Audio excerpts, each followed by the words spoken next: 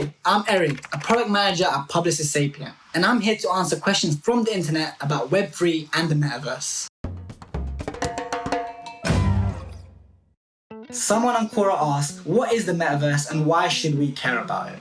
Well, put simply, the Metaverse is a term that refers to a collective virtual space. This is a convergence of the physical and virtual worlds. This virtual space can include augmented reality, virtual worlds, and other forms of digital media to create a more immersive environment. We can refer to the Metaverse as the next iteration of the experience layer of the internet. So instead of static web pages that you see today, we'll see a more immersive kind of content creation for the World Wide Web. So Master Momo 007 on Twitter asks, so tell me, what is Web3? Web3 represents the next iteration of the internet, one that focuses more on decentralization. This is a promise to shift the power away from these big tech gatekeepers to the individual users. So where we see this journey to Web3, we can start with the Web 1 era, where we had more informative web pages such as Google or eBay, where consumers could only read what was on the internet.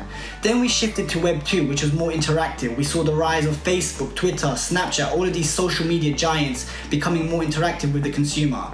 Now we're shifting into a more immersive internet, whereby the power of blockchain and AR and VR, we're actually gaining back control for the user, where they have actually property and ownership rights in the internet, which they haven't had before. This new layer creates a more immersive environment for the individual user and consumers alike.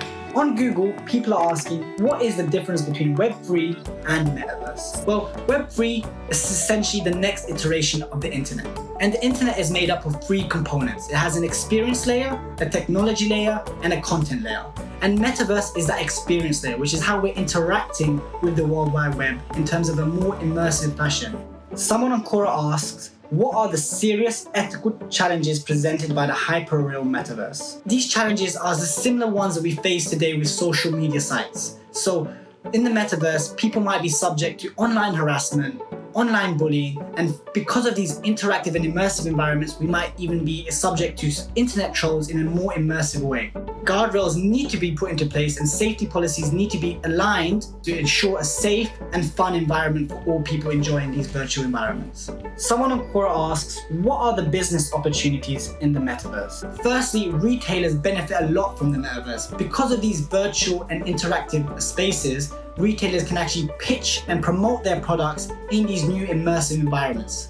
These allow consumers and users to actually try on some of their goods before actually purchasing them. So they also get a more immersive feel for the brand and some of the values it holds. There's also a lot of business opportunities for increased productivity.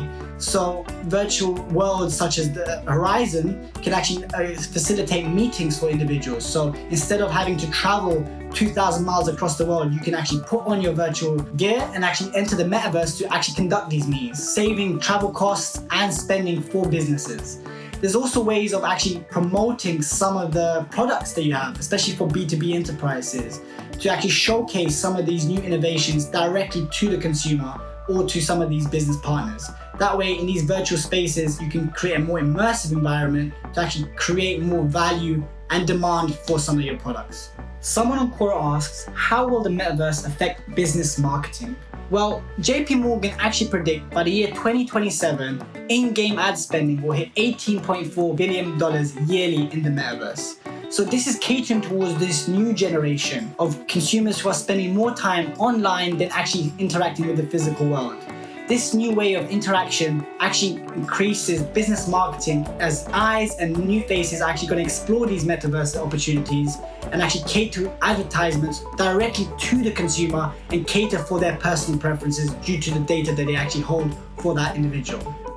I'm a self-proclaimed futurist, so I love new innovations, and being at Publicis Sapient puts me at the forefront of digital transformation. This allows me to add value to existing clients and actually bridge the gap between some of these legacy systems that we have and some of this new technology that we're going to be promising to bring for consumers in the future.